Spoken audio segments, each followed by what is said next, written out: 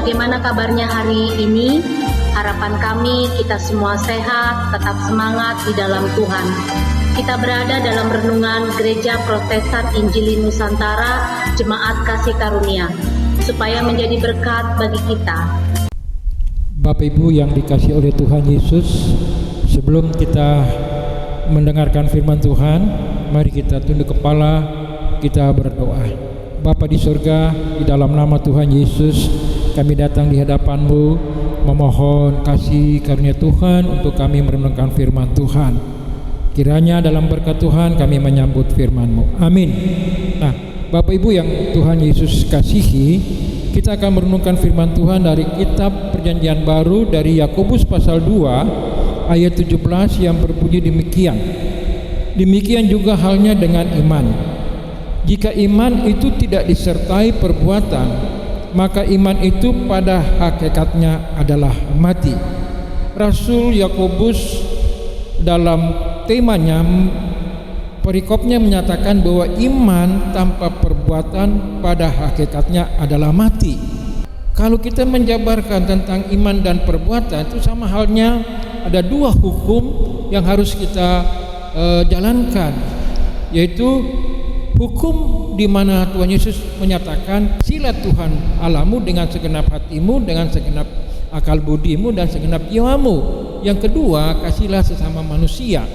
Berangkat dari dua hukum yang dikatakan Tuhan Yesus, maka iman tanpa perbuatan pada hakikatnya adalah mati. Oleh sebab itu, bagaimana sikap hormat kita terhadap orang-orang Kristen yang miskin dan sikap kita orang-orang yang kaya. Seringkali gereja terjerat dengan hal seperti ini. Dalam pasal ini ya, Rasul Yakobus mengancam tindakan yang membeda-bedakan. Sebab kebanyakan pada umumnya sikap hormat terhadap orang Kristen yang miskin di mana orang miskin sering diabaikan, sedangkan orang kaya didahulukan. Satu kebiasaan yang sangat tidak memuliakan nama Tuhan. Memandang muka yang agaknya justru menjadi suatu hal yang tidak berkenan kepada Tuhan. Nah, sedang bertumbuh dalam gereja-gereja Kristus, bahkan pada zaman-zaman gereja yang mula-mula dan yang pada zaman masa sesudahnya, dan yang telah merusak dan memecah belah, baik dalam jemaat maupun dalam hal-hal yang umum pada umumnya. Nah, peringatan terhadap membedakan ini, atau kita katakan itu termasuk kategori dosa, ini dikemukakan secara umum. Sebagai orang yang beriman kepada Yesus Kristus Tuhan kita yang mulia, janganlah kita amalkan dengan memandang muka. Nah, sekarang ciri-ciri orang Kristen sepenuhnya tersirat. Mereka adalah orang-orang yang telah beriman kepada Tuhan kita Yesus Kristus. Mereka menyambutnya, mereka menerimanya, mereka menguasai diri, mereka berdasarkan iman. Mereka menerima ajaran serta tunduk kepada hukum dan pemerintahan Kristus. Mereka memilikinya sebagai suatu jaminan, mereka menyimpan sebagai suatu harta. Nah, betapa penuh hormatnya Yakobus berbicara tentang Yesus Kristus. Ia menyebutnya Tuhan yang mulia karena dia adalah cahaya kemuliaan Allah dan gambar wujud Allah. Nah, Kristus adalah Tuhan yang mulia. Maka dari situ seharusnya kita belajar untuk tidak menghormati orang Kristen yang semata-mata orang kaya yang kita memandang saja. Sedangkan orang yang miskin ini kita mengabaikan.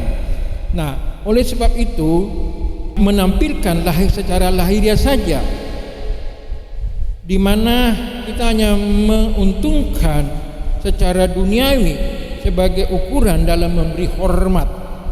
Nah, kemuliaan Tuhan Yesus sama-sama dinikmati baik yang kaya maupun yang miskin, bersama-sama dengan yang kaya, dan di hadapannya segala kemuliaan duniawi yang sia-sia belaka.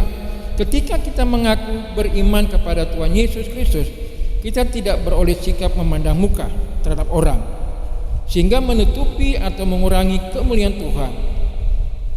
Nah, kepada kita yang telah disampaikan penjelasan dan peringatan akan dosa ini dengan sebuah contoh mengenai hal tersebut. Sebab jika ada seorang yang masuk ke dalam kumpulanmu dengan memakai cincin emas dan seterusnya, kumpulan di sini maksudnya adalah pertemuan-pertemuan yang diadakan untuk mengambil keputusan mengenai perbedaan-perbedaan di kalangan anggota jemaat. Nah, Bapak Ibu yang Tuhan Yesus kasihi, umat Allah yang tersebar di antara berbagai macam orang, di antara mereka yang mengenakan pakaiannya halus dan indah, dan di antara mereka yang mengenakan pakaian yang buruk dan jelek. Nah, dalam hal ini kita tidak bisa membedakan. Di hadapan Tuhan sama, baik orang kaya maupun orang miskin. Oleh sebab itu, gereja tidak boleh menjauhkan kedua-duanya dari Allah. Sama-sama kita menghormati dia adalah makhluk Tuhan yang mulia, yang di hadapan Allah itu mulia manusia. Oleh sebab itu kita tidak memandang bulu. Nah, dalam memandang muka ini kita kategorikan ada dosa, karena ini sikap membeda-bedakan. Nah, Bapak Ibu yang Tuhan Yesus kasihi, memandang muka ini disebabkan oleh, ini dimaksudkan oleh karena ada sifat ketidakadilan baik dalam pikiran, karena watak, perilaku dan tindakan bersikap membeda-bedakan, maka begitu juga hati nurani dari mana segala sesuatu mengalir adalah ketidakadilan.